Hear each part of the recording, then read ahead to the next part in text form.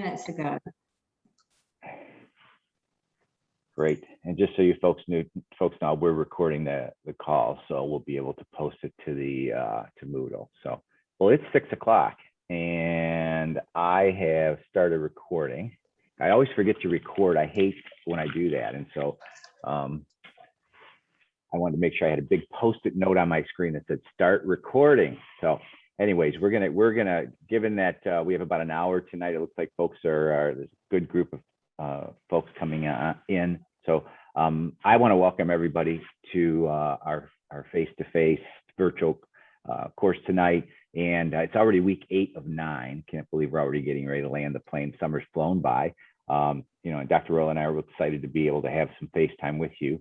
It's something we miss, with the online experience. But we're here tonight, and we're privileged to have with us Sam Albanese, who is going to be our guest speaker. And I think it's always good to, when you're talking about topics, especially when you're reading a textbook that maybe is a couple of years old or a year or two old, always to have speakers that are actually out in the area working and in the day-to-day things that kind of share with us what's happening. I'm going to ask folks to mute your phones if you can too. And I don't think I know how to do that, to mute everyone. That's a problem. So if you could put yourself on mute, that would be great. So anyways, we're going to jump right into it. And what the plan is for this evening is that we will hear from Sam. He's going to walk us through his presentation and give us an overview of what he's seeing in his role as a senior leader for a national organization, a national healthcare organization. And then Dr. Royal and I are going to spend a few minutes after Sam's done. We'll have time for questions and answers for Sam. Sam will leave and go home and get dinner, and then we'll have a few minutes to sort of wrap up where we're at for the course in the next week or so. So with that, I just wanted a quick intro for Sam, and you can see his bio. It's in the module, and there's an extensive write-up on Sam that you can read at your leisure. But I just have to make a confession or / disclosure. Sam and I is one of the few friends who actually was at my wedding 37 years ago. And in addition to that, he and I were both running around a large teaching hospital, Henry Ford Hospital in Detroit, Michigan, where I was a student nurse and Sam was a respiratory therapist. So I wanted to preface that to you so you can get a sense that, Sam has been around the healthcare space for a long time, not only as a caregiver, but in leadership roles. And so I'm really excited about what he's going to share with us tonight. So with that, Sam, I'm going to turn it over to you. And I've got the screen set up so that you can share. And, as you were speaking, you were freezing. So I hope we don't have too much of that. I hope not either. Yeah. We'll play it by ear. So can everybody see my screen? Or is it up? Yep, it is. Okay. Yes. All right, cool. So let me just say it's wonderful to be able to share. I'm doing this for my friend, and we're still living in this crazy pandemic.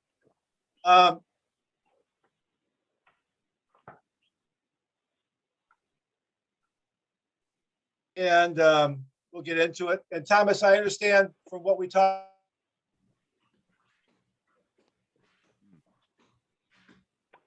Wow, we really are buffering. I'm going to go on. I'm going to shut my video off. I don't know if that's going to help at all, but that's really unfortunate. Right. So, okay. So it's my understanding that we're going to hold questions to the end. You can keep putting them on the chat line, and then Tom and whoever else will field the questions after in the facilitation. So if you someone tell me if I freeze, because again, we were freezing. All right, here we go. So I want to tell you just a little bit about who I am, because it's going to be important as we go through this. I'm going to let you know that after I got out of high school, I went into the military for 4 years. I think that's important because it's going to come up as we talk about culture, because I'm going to share with you that you can change culture very rapidly. Although the military has a very unique way of doing it, they do it. So my point is that you can change anything if you really want to. The other thing is as Tom said, we were both working in the same hospital. So um, after being in the military, I went to school to be a respiratory therapist, and I was a respiratory therapist for 12 years. And 10 of those years, I was at the Henry Ford Health Hospital and Health System. And hold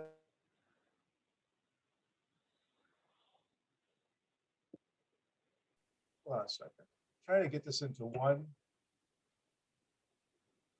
Why isn't my face? All right, well, it doesn't matter. I'll just figure it out.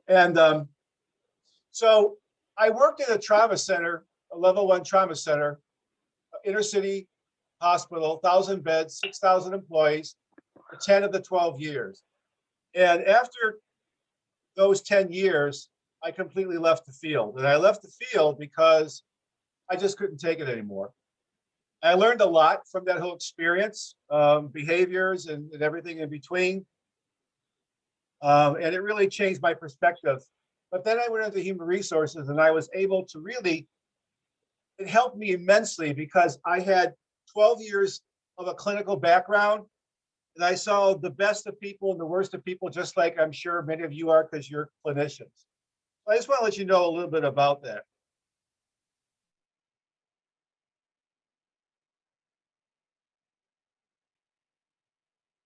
Trinity Health in senior living. We had 53 communities in 11 states.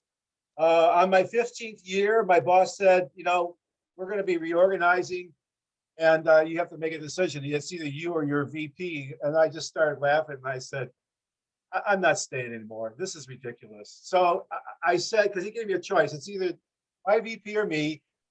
And after doing 4 reorgs, I just got tired of the fact that doing more with less. And I had completely almost revamped that entire organization. And I wasn't going to do it anymore. I just lost my, they left their first love. And it was just money. And money was killing us because people were leaving and they realized it wasn't the same company anymore. And that's where I want to start tonight. And we're going to talk a lot about culture and where the country's going right now and how bad it is in terms of people, shortages, that is. Okay, so let's move on. I'm going to be very candid. I'm a very candid person. I speak my mind and I wear my emotions on my sleeves and I pretty much, this is what you get. I've never been too terribly impressed with HR people.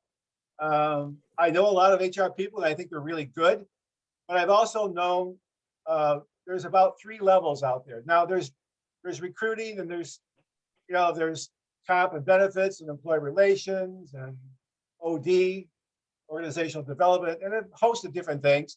But generally there are 3 types of people in HR.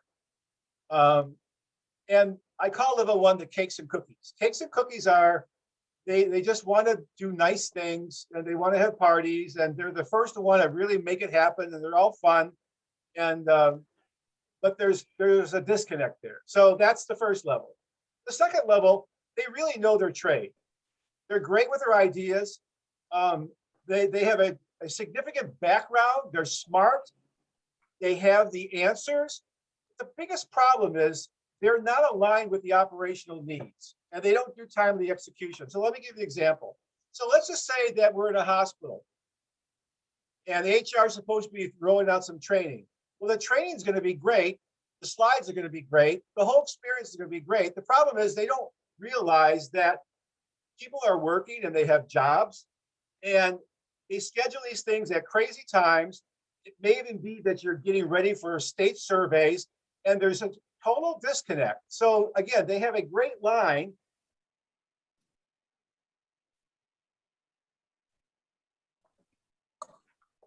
Clinical or other. And there's the third level. And I think I'm one of the. Hey, Sam, yeah. I wonder if you turn out, we might get some more bandwidth if you turn off your video camera, because I know there's a lot of folks on the call. All right, let me. And then we'll get you, shut the video off and then maybe just your voice will come. So what's happening to my voice right now? Well, it's just that you're buffering. Oh, we don't want that, do we? Yeah, it's a little bit of bandwidth stuff, so. Okay, let me get back onto the, thank you.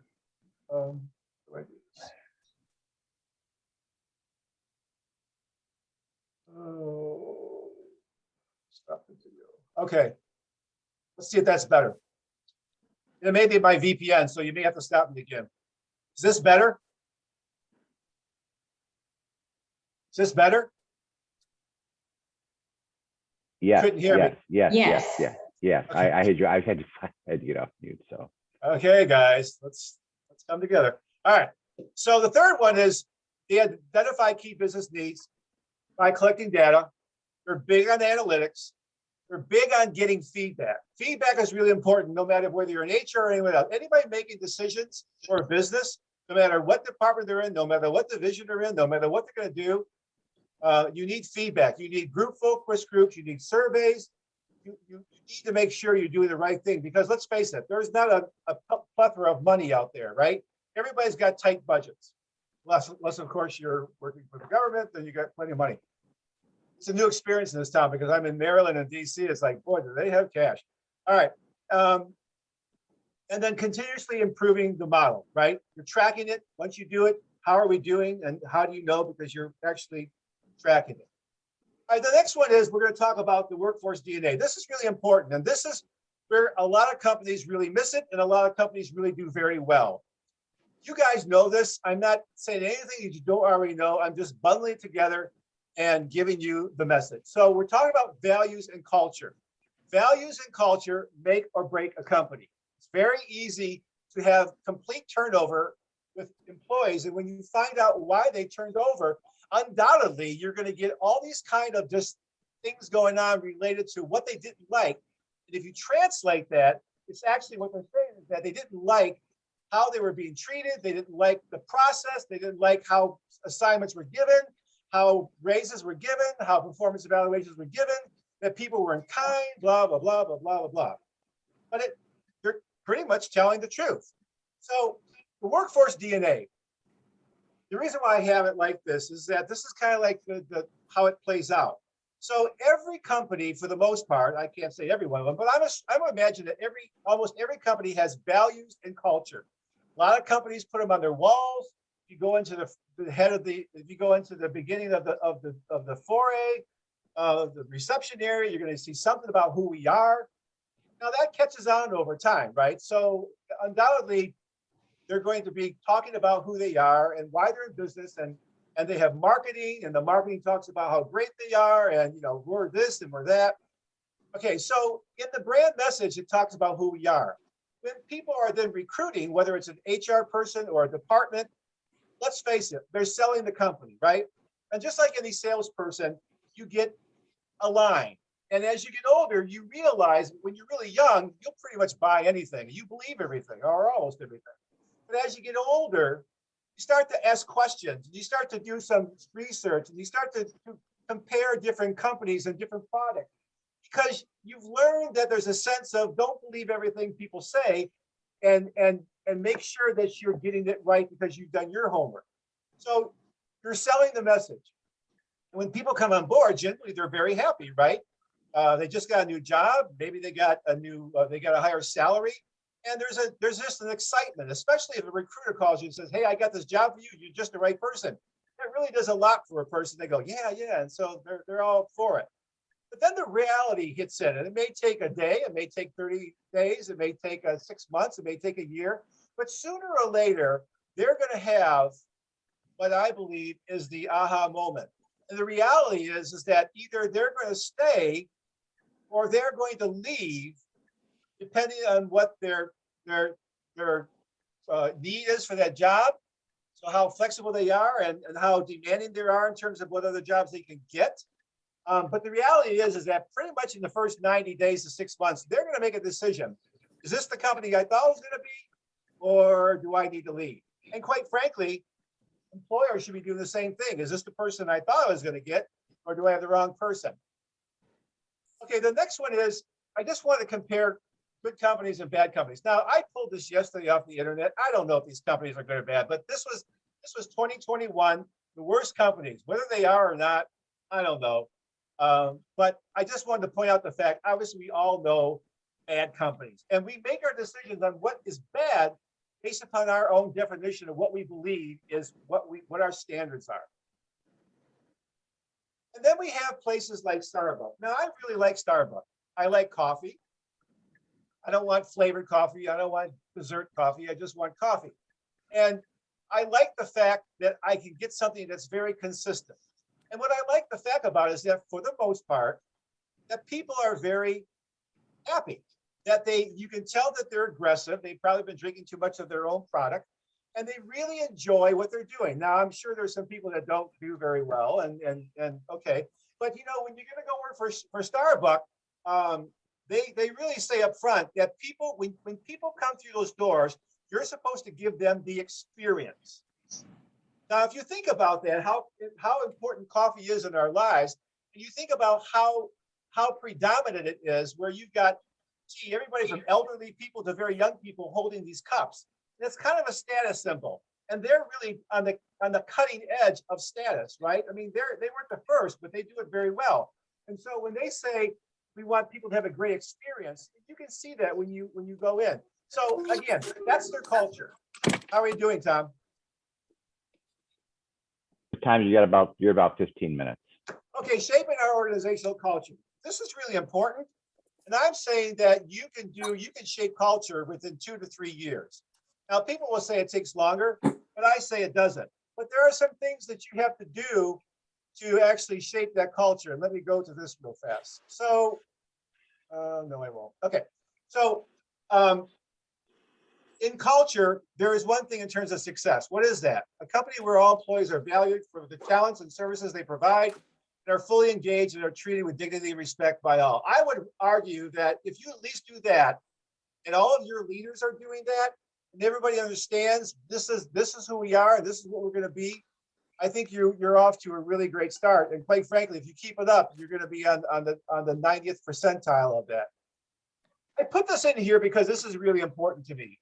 I've been doing senior living for a lot of years now, and I kind of see senior living dishwashers sometimes like CNAs, certified nurse assistants. And I know there's PCAs in hospitals that are similar to that, but I'm going to talk about the CNAs. But right now, this is the dishwasher. This is what I like to convey to people, that even the dishwasher is somebody who makes or breaks the organization. And when I speak to people, especially dishwashers, I try to help them understand what this is. And I try to help the department leaders understand what this is. So let's go through this. So a dishwasher, on the left-hand side, this is what they think of themselves and why they were hired. I was hired to clean dishes. My job is to clean dishes. I stand in the kitchen all day and clean dishes. And as soon as I clean dishes, someone else dumps another pile of dishes for me to clean. Now, you can change the job description and the actual duties to any one of these lower paid wage earners where you work.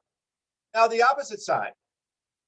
This is the same job and a completely different perspective on how we see them and how they see themselves. I was hired to be part of a world-class team. Through my quality control efforts, my dishes are spotless and squeaky clean. My team depends on me to keep our resident satisfaction scores at 90th percentile. I am part of a team that is quarterly recognized for the highest level of quality service and resident satisfaction. What I tell dishwashers and people who do things in the kitchen, I say, just think about it, guys. So we can have the best place that looks the best. We're charging really high rents, and they're sitting down to dinner and they've got dried egg on their plate. What do you think they're thinking about us now? And where does that come from? That comes from you. So you really are one of the key ambassadors for our organization. Let's talk about millennials for a second. So as you know, because it's no secret, the millennials are taking over and it's time for the baby boomers to sunset. Baby boomers are retiring at 10,000 a day. That's a big number, and we'll talk a little bit about that. So by 2030, 75% of the workforce is going to be millennials. 75% of the workforce. That's a big number. That's 9 years from now.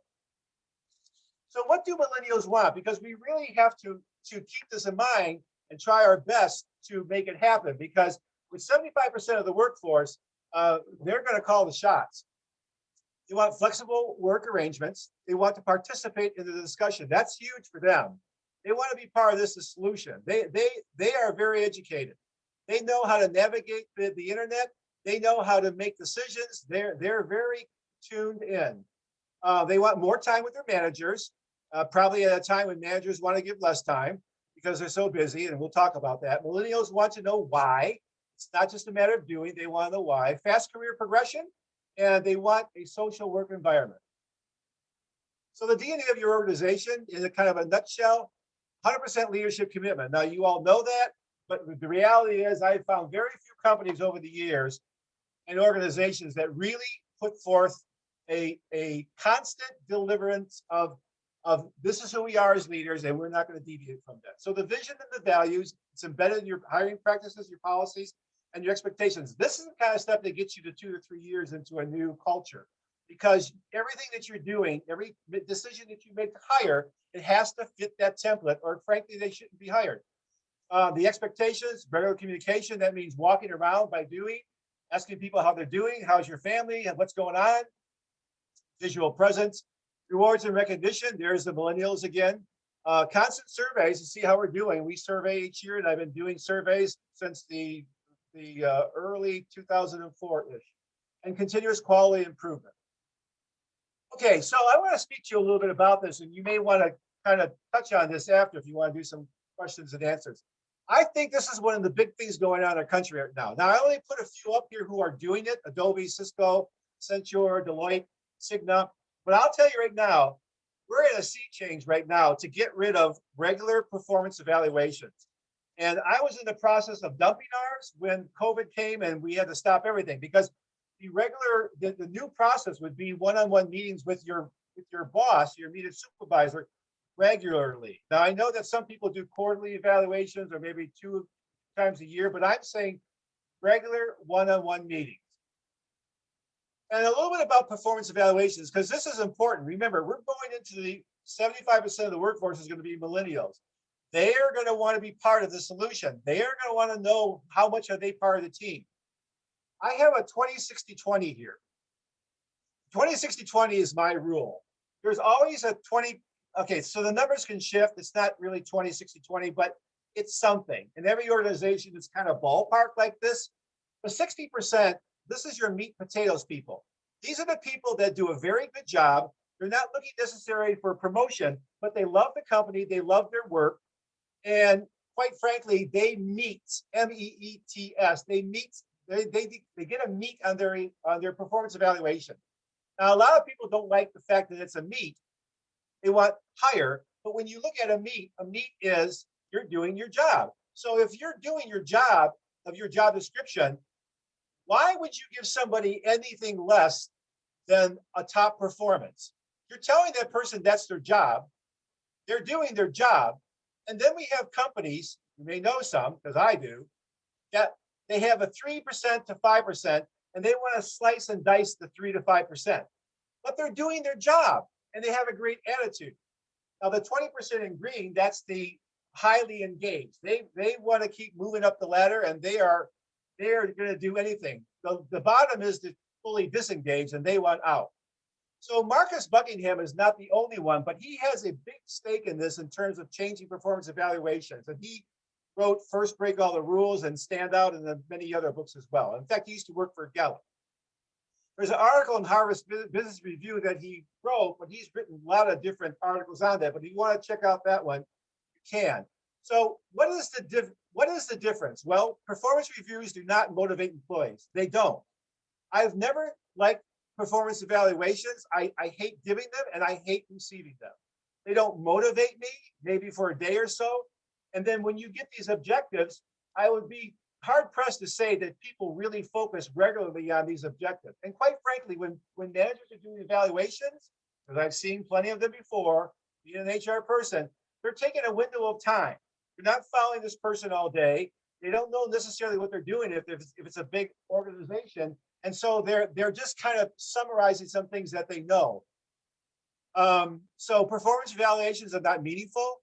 The reviews don't promote positive relationships, and they ignore team dynamics because there could be other people involved in this. And frankly, it doesn't tell the whole story. Well, that's the good news of where we're going. And now we're going to have the other side of the news. Page 2, as Paul Harvey used to say, if you're old enough to remember that, gentlemen. So there's a severe storm heading our way in our country, and it's really, really bad. I'm on a board for workforce development in Maryland, and it also takes into account Virginia and DC. And I got to tell you something, we're scared to death. And the reason why we're scared to death is that the slides I'm going to show you, if you haven't already taken a look at them, is that the between the people leaving the fields and the changing workforce in terms of what they'll put up with and how much money they want, we're going to have some very difficult times. So we're talking about percentage of retirees. We said 10,000 a day. Increased need for senior services. We'll talk about that. Shrinking workforce, the millennial workforce, and increased competition with pay and benefits and incentives. So I just have a couple slides on nursing, which for many of you that are nurses or work in the clinical areas, you know this. And so that aging population and chronic disease are creating the perfect storm, driving demands for nurses.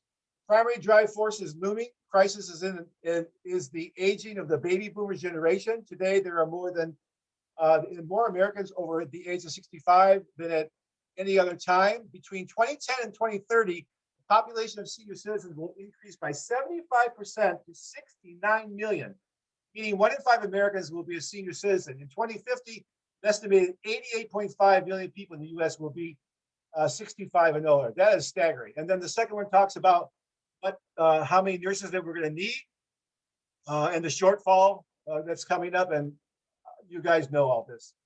I'm sure that you and Tom and others talk about this. So the increased need for senior services, demand for elder care will be fueled by a steep rise in the number of Americans with Alzheimer's disease. You know that. Again, there's going to be all type of different chronic conditions. And everyone, that you see this last bullet, that the number of aging individuals with 3 or more chronic conditions has also increased significantly within the last 10 years. And this is expected to grow to 40% among the 65 and over population by 2030. This is where it starts all becoming, it's the perfect storm, because you have all of these elderly people who are going to need care clinically. We know that hospitals are continually pushing people out, and we're going to continue to say that the criteria to get in and to stay is going to be narrowed continuously. More people are going to be discharged earlier. There's going to be more disadvantages for skilled nursing and others if they have to go back into the hospital. So there's a lot of post-acute care. And where are they going? They're going to home care. So as home care is going to continue to rise, there's going to be less people available for home care. Reimbursement right now, as you may know or do know, it's terrible. And it's going to continue to get worse unless we make some changes in this country. I'm not too confident on that in the short term. Increased need for senior services, complicating the task for treating. I think we've already talked about this. By 2050, the number of Americans needing long-term services and support will be more than double to 27 million. Okay, so now we're talking about from crisis to emergency. And this slide is very telling. You can see in the bottom right-hand side, you can see that the separation of people that are leaving. This is how many we're going to need.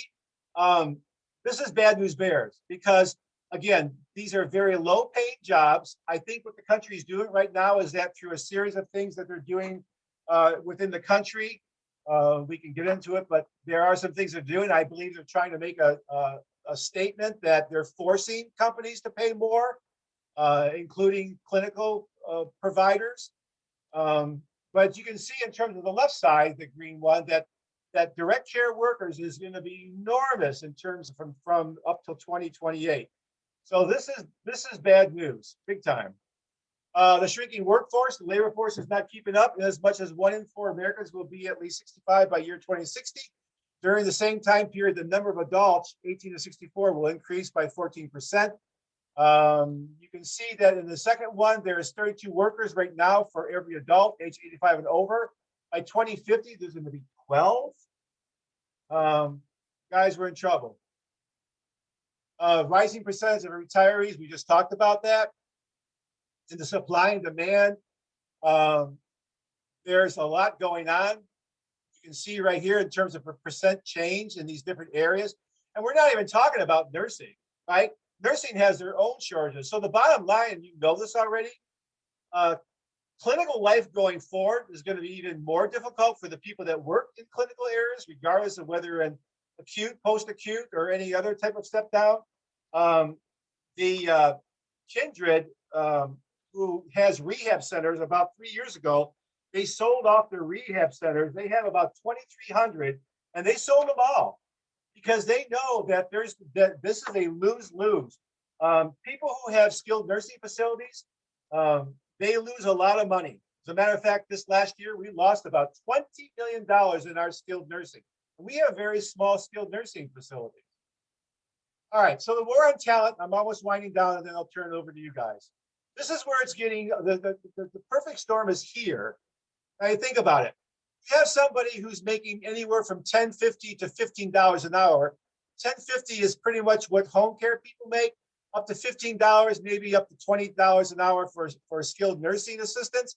And again, we're talking about everybody else who doesn't have any higher education. They're all looking for people to, these companies are looking for people to do the restaurants and everything else. So you've got McDonald's right now, after 6 months, you can have a free iPhone.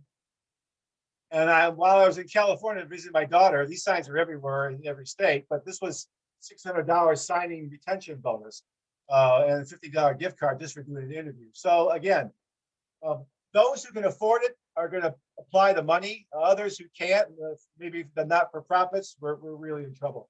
Despite strong wage growth, and this is for the war on talent, generous unemployment benefits and stimulus funds have prevented workers from re-entering the labor force, says the economist. I just pulled this off the internet a couple of days ago. Now that's one reason, and I know that's not all the reasons. And this is kind of like what I came up with, what I believe is the kind of like the primary list of why people aren't going back right now. People making more cash staying at home, lower wage earners. Clearly, that is, if you're taking unemployment right now, you're doing very well. When people are leaving our company, they're getting unemployment, they're making more than what we were paying them. Okay? The isolation caused a shift in priorities, and we pretty much have seen this with just about everyone, and I'm sure yourselves as well. Everybody who has walked away from this, or maybe we're going back into it, that we've all learned something. And we've also changed our perspective and our priorities in terms of what we're going to do and not do going forward. The fear of the pandemic, well, I thought I was coming out of it, and then here came Delta variant. So, here we go again, not sure where this is going to lead us. Daycare needs, still a big deal. And then many now want to have a flexible work schedule. Tom, I've got about 4 minutes, right? You're doing fine, Sam. You have a few more than that if you need them.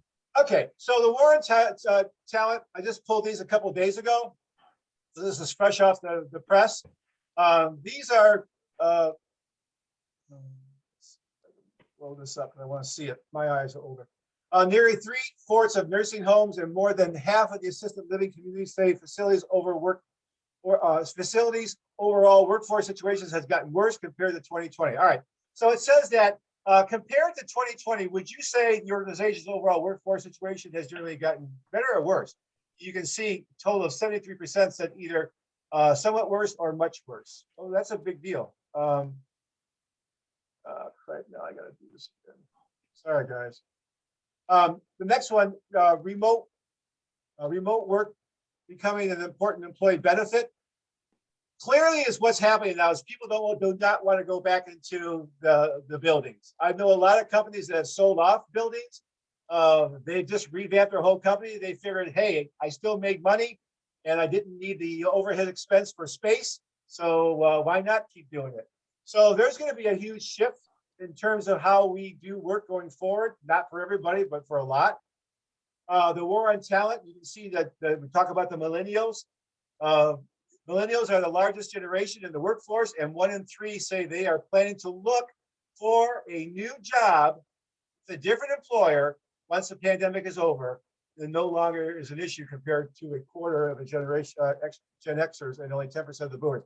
That's a big deal. If you consider that they've got a lot of flexibility, they don't see life the way we see it in terms of older people want to, stuff their coffers with a lot of cash in their 401ks or their 403bs or beyond that.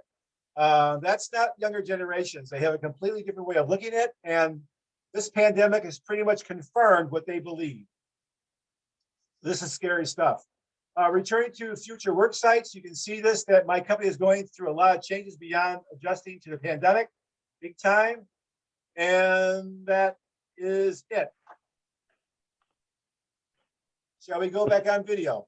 Or keep Yeah, it no, off? well, I think we should keep it off, Sam. I think that the video is, so Sam, in terms of Yep. what are you guys doing today to deal with some of the concerns around, because you have a, your healthcare organization has a lot of lower end Yep. skilled workers, but yet very important workers. How are you guys managing that? And what solutions are you guys coming up? Because hospitals are also experiencing this too, right? I mean, they're going to have trouble filling the lower licensed level folks. What are your thoughts on that? So in terms of what are we doing to keep them or to actually hire them? Both.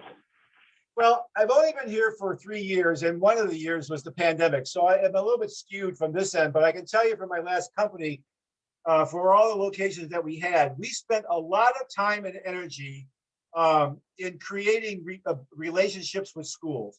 So between um, uh, uh, uh, the CNA schools, which you can get that in 8 weeks, and tech schools and 2-year programs and 4-year degrees and universities. We had in the Michigan region alone, up in the West Michigan, we had 16 different schools that we partnered with. And we did a lot to stay close to them because we wanted their students for clinicals. And we would go back on a regular basis to the instructors, asking them, what are you hearing from your students? How can we get better? That was one thing we did. We started a lot of talks we did with parents in terms of having different scenarios where we would show parents why your son or daughter should come and work for us, because young people really don't think about retirement, right? And if we can get the parents to really buy into this in terms of here's where they can start. And then we had career ladders. For instance, we raised our tuition that was like $2,000 for reimbursement money. I raised it to $5,000, and that was immediate use. So I blew the socks off the hospitals because the hospitals were doing less, and they got mad at me because we were in a big system. And they said, you can't do that. And I said, well, yeah, I can. And I just did, because our market was different. And, they have, obviously hospitals have higher levels of educated people. Our systems run very much on fewer educated people and very low level hourly people. And so we wanted to really push education. And we said, you can have it as soon as you start. We're going to give you 5,000 with your part or full. And we got a lot of people to come work for us for that. Then we started a program that we selected each year for people who wanted to, a handful of people, and we paid for their LPN school. So my point is that how you get them, you have to attract families. You have to give them the incentive. You have to have a really big marketing push about why we want you, and really show them, here's how fast you can move if you stay with us. We're actually working right now with universities. I'm sorry, 2-year colleges in Maryland and Virginia and DC. And we're going to hopefully change the curriculum so that instead of just having an 8-week course, they can have a 2-year program, and that they will have different levels of what they're going to learn, as opposed to just throwing them out into the workplace. Because quite frankly, if you're a person that just got out of high school, and then this last thing, and I'll turn it over to you guys. If you just got out of high school, and let's say you became a CNA because you thought, I want to be a nurse and I'll start like this. And someone throws you, you get a 2-day orientation, then someone throws you on, say, an afternoon or a midnight shift, and Sam's an elderly person who has dementia, and Sam starts screaming and everything else, and you're terrified. You are terrified. We lose a lot of people because we don't give them the right education about what they're going to experience. And so that's our fault as an organization of senior living providers. And so we're trying to change that now with educators in this tri-area. I hope I answered that at least. Yeah, no, well, there's no, I think the answer is there's no easy answers for. There is no easy answer. The issues that we're finding, and the nursing, we just had students just did healthcare issues papers, and they wrote a lot of the comments and focus of the papers was on the shortages of nurses, other healthcare professionals. So I will say this, and I say this from experience, and if I'm not here to offend anybody, but I will say this because I have a lot of years, actually since 2002, working in senior living. And that's senior living in assisted, in memory, and in skilled, and independent. And I can tell you that for all the CNAs I've seen over the years, a hierarchy still exists where a nurse will say, not all nurses, but a lot, will say, I'm the nurse and you're not. You know what you're supposed to do. And so it's that, the bedpans, the baths and things like that. And that's part of the issue. Part of the issue is that, as I was talking about the culture, unless you're really trying to merge those so that they really see themselves as part of the actual of the clinical, giving them more clinical opportunities and all of that. The more that we do that, and the less that we try to put different titles on them, because a clinical team should be a clinical team, right? Pretty much nobody knows better that bedside than that patient care assistant or CNA. I understand nurses have a higher level and they have the education and they have a different skill set and competencies. I get that. But we all know that you couldn't get the job done without those lower level people. And quite frankly, a lot of times they really don't get the accolades that they should have in terms of respect and dignity. And quite frankly, there was a study years ago of Michigan State University, and they asked it was about 5,000, 7,000 different CNAs who had quit. Why did you quit and would you come back? And they said, I would never come back. The way I was treated, there's no way I'm coming back. Or if I could find any other job, I'd get out of here now. So there's a commonality in terms of how we see them. And unless we do a paradigm shift with that, we're going to continue to have these issues, and including that there's going to be fewer of them available. Yeah. No, thanks. I know back in my days when I was a CNA, years before I became a nurse, I know it was, the part being on a team that was supportive and encouraging of all the different functions and jobs of each other, and working as a team and not feeling like one person was higher than another was really, a motivator for me to continue to do the work that I was doing when I was a student nurse. So that's really important stuff. So great. Well, Sam, there's no chat questions that have come in. So I think wait, let me just, I love your point. Oh, this is from Jesse. I love your points about providing educational path for CNAs and being clear and candid about what to expect. I worked as a recruiter at a private duty nursing agency, and many of our nurses left their case because we failed to set them up for interpersonal relationships and expectations in the home. So that's a comment from Jesse. So is there any other questions anyone wants to post in the chat? What are you going, my question, what are you doing to get millennials at the table to address the shortages and the concerns that you're seeing? Sam, that's a question for you. It's going to be really tough. It is. Because you can't just say you're going to have a program. You've got to have these programs baked in. And so, again, I just started a new organization pretty much. And so we're just not there. And COVID really destroyed anything I was working on. But I had a lot that I was going to be doing with them. You have to, again, it goes back to that second or third slide. You have to be able to, I tell this to leaders all the time. I can give you 60, people say we have too many openings. Then I look at their turnover and I see the reasons why people leave. And I say to people, guys, I can give you 60 people tomorrow. That's not a problem. Tell me how you're going to keep them. And so that really is the bottom line, is that they have to have a new way of looking. Millennial people, young people, that's why if I was going to do anything right now, I would put my money, for all of you on this call, I'm really looking at the performance evaluations. When I was doing evaluations, overseeing evaluations, when I was in the hospital, I would get these evaluations that the directors of nursing were turning in. And sometimes they were like 1 inch to 1.5 inches of stuff. I'm going, my gosh, for 3%.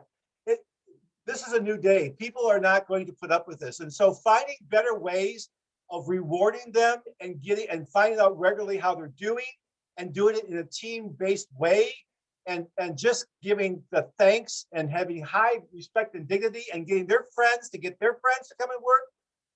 that's golden. And so there's a lot of small things that you can do and do them well as an organization that will really kill your competition. Yeah. You know, Kim Abernathy just put a comment in about the importance of culture, and how culture really makes a difference. And so I totally see that too. So very good, Sam. Well, go ahead. Oh, I was just going to add a little color to my comment as well.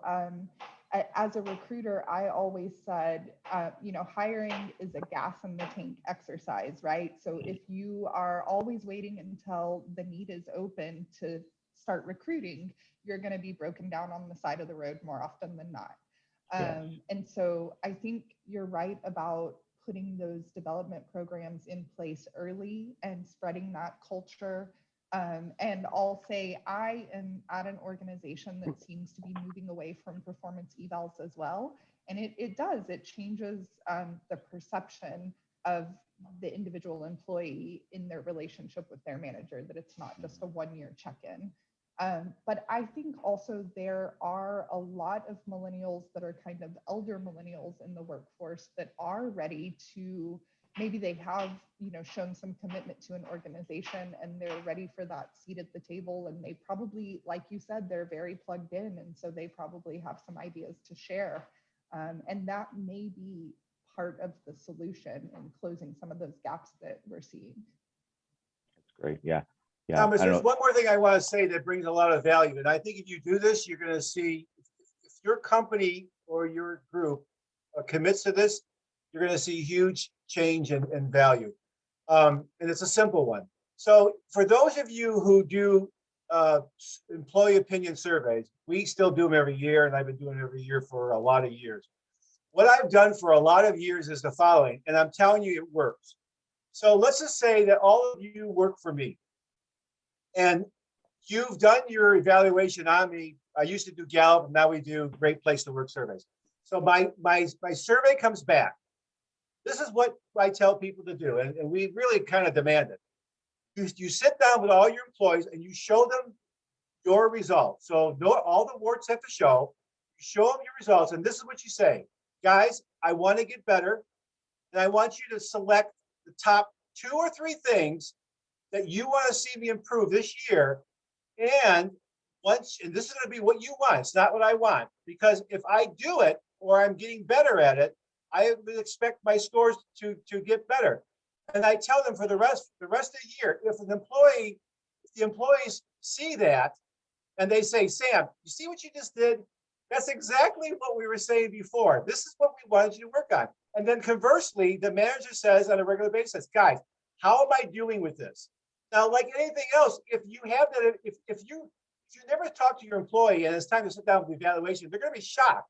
But if you're keeping in contact with them all along, there's pretty much nothing to talk about, and they know what they're going to get. And it's the same way is that if you're constantly reminding people, how am I doing? Am I getting better? They're going to give you the point spread for the next time, and they're going to give you higher ratings. And that's how you change culture, because you listen to them and you're doing the things that are meaningful to them. Yeah. So it's really almost the manager having the courage to be able to listen to their teams and have them give the teams having the courage to give their leader feedback, so that there can be a loop there where the leader hears reality, has to check their behavior, and then tries to modulate that or modify that behavior. It's an interesting approach. Okay. Anyone else? All right, Sam, well, I think we're going to let you go. And hey guys, appreciate it. There's a question. Thank you so much. There's a comment in chat, Dr. Mayon. Oh, Stacy, here we go. How are you motivating high-performing employees to stay in their current positions that are not financial? When there's more work with less workforce, many are burning out or going to jobs that are less demanding and stressful. Some have chosen to just not work over the high demanding expectations placed upon them. It's hard to get employees back to those intrinsic motivators they once had. And that's a question from Stacy Flowers. So I'm going to give you the opposite of that, and I'm going to give you a genuine story. So years ago, when I first started to become a manager in respiratory therapy, I had about 35 employees that I was responsible for, and it was time for evaluations. And I sat down with my best person. I thought this was going to go really well. This was the person that just tell her what to do. You just, here's what I need. No problem, Sam. And I sat down, I told her how wonderful, my aha moment. And she said, you know, Sam, if I'm so wonderful, how come you don't tell me this throughout the year? And that is my answer for you. I am convinced, and I've seen it a gazillion times. I can walk down the hall and I'm always talking to people, and quite frankly, most people value when they see me, they want to talk to me. The key to high performers is that you constantly reward them by telling them, here's how great you're doing. Are you ready for the next level to take on something? So they want that, they want to know that what they're doing, it's that reward because you constantly tell them how well they're doing, and you're also mentoring them at the same time. And you're treating them like somebody that you were just, if you were doing I can't think of the boys or the girls, or I can't think of that organization, but being a mentor to them, when they really know that they're being valued by you and you're listening to them, and when you're asking them for their recommendations, you're actually creating some change based upon those recommendations, they will continue to do what they have to do, and they'll take on more work than just about anyone. But that's not good enough, because you got to get more people to follow that, because sooner or later they do get burnt out. And that, especially right now, we've lost a lot of great people during the pandemic, and it's really hard to get the juice back. People, as you know, right now, they are so depressed, and now they're hearing that we may have to go back into it. This is a bad time for companies. Okay. So regular rewards. Yeah, and I love that, you know, just giving, like you said, don't just tell them how great they are once a year, but that constant feedback is so absolutely Asking their opinion. critical. Yeah, just getting their eyes and their minds, their thinking on things. So great. Anybody else? If not, we're going to wrap it up. And Sam, we'll be in touch, and we'll turn it. I'd like to say thank you, Sam. We appreciate you being here with us tonight, because I'm sure you had other things you could be doing. So thank you very much for your time and your presentation. Thank you very much, guys. Appreciate it. All right, great. Bye. Bye now, Sam. Thank you. Okay, we are back. Very good. Well, I hope that was helpful. Hearing from someone outside of us, and getting someone who's out there in the field. And for me, it's interesting being away from the healthcare system as an employee. I've missed a lot of what really happened during the pandemic. I know you guys are all living it, and I hear anecdotally different things, but this so not been easy. So Dr. Royal, Yes. how do you want to move through the rest of our time together? Okay, well, I think I just had an email from a student asking about grades on the project paper, and she had said that she saw in Moodle that the project was graded, but she couldn't see a grade. So I told her we were going to discuss this tonight. You will not see a grade until Monday. We are grading, but we're not finalized yet. And so let me explain a little bit about how the grading does go on.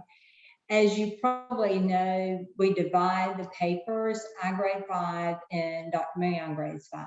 And they're random, honestly, just random. Actually, he gave me my 5 and said, these are yours, and I'll take the other 5. And we grade them independently. So each paper has a grade from us. But at the same time, or from me, his students have a grade from him. But we do kind of at least let each other look at the grades and have an idea of where that other professor is, rather than just saying, hey, this is it, this is cut in stone, and this is the way it's going to be. So we kind of feed off of each other.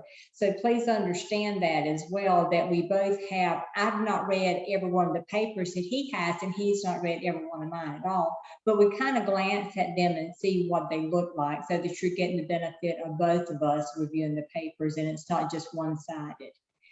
The way that the process does work is you will get a grade. For instance, if you have a paper that is perfect, you have 100 points. Now, but you may not have 100 points in the grade book. That is your grade for the paper, but there's 2 other things you need to think about as far as the grade book. was your submission on time? And I think everybody's was on time. But did you do your evaluation on time? Did you submit that? Did you submit evaluations? Because if you did not submit an evaluation, it will affect your personal grade, not the group grade, the personal grade. Also, you have to look at, or you look at, but we look at the evaluations from your team members. So when we look at the evaluations, we look to see if there are, people with 5.0s or people with 4.5s. So we have to take those and calculate those, and that's where the difference may come in your actual individual grade. So back to the 100. Your grade may be 100 on the paper that you're actually turned. I don't know how he's going to do his, but I will email my papers to all my groups. And you may see, if you had 100, you would see 100. But when you go in grade book, you might see a 95. What that means is there was a problem somewhere. Either you submitted something late, or either your group did not grade you on a 5.0 scale. I told you that in the evaluations, and I remember I said you may not have the same grades. So if you wanted the comparisons, you might run into some problems. But just letting you know that everybody's not necessarily going to have the very same grade, even though your paper may be a certain grade. And some of you are used to this because we've done this before when we had healthcare delivery, so you kind of know how that works.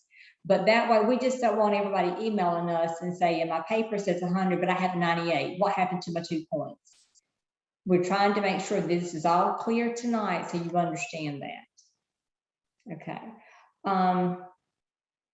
The other thing, like I said, I wanted to comment, these grades will be available on Monday. I will be sending my group, my 5 groups, your information. I will send your paper back. I have track changes, which you're kind of familiar with anyway, and comments in there so that you can see how your grade was determined using rubrics and like we normally do. So, Dr. Marion, do you have any questions or comments on that? Yeah, no, that covers it. The only comments for the 5 that I graded is that you'll see same deal. I won't send them out to you. They'll be in Moodle. There's track changes with comments. I know I've got some feedback. My handwriting's not that easy to read, so I tried to be more mindful of that. And I'm actually putting changes in the Word documents, and you'll see your grades in there. And then we're wrapping up the grading process. This is 10 projects with some pages, some 20-page papers being submitted. So we're working through those, and so we will have all that for you by Monday. Are there any questions on the grading?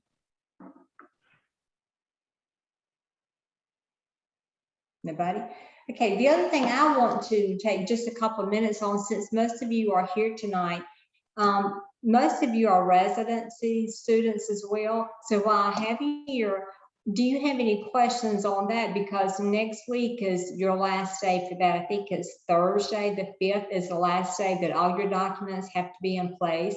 So are there any questions on your residency? Because actually Dr. Marion and I both have students, and so we can help any students that have questions regarding that.